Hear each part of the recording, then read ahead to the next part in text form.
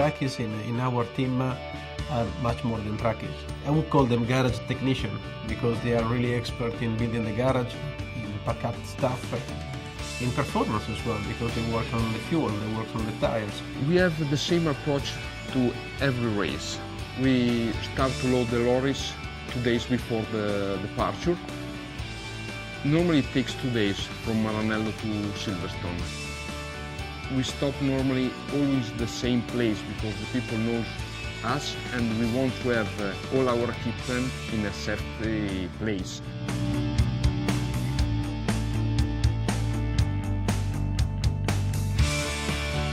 Trackies really need to be, let's say, racing experience, having a background to understand what is the timing that helps the logistics. With the engineer or the mechanics, they are very important to win the race.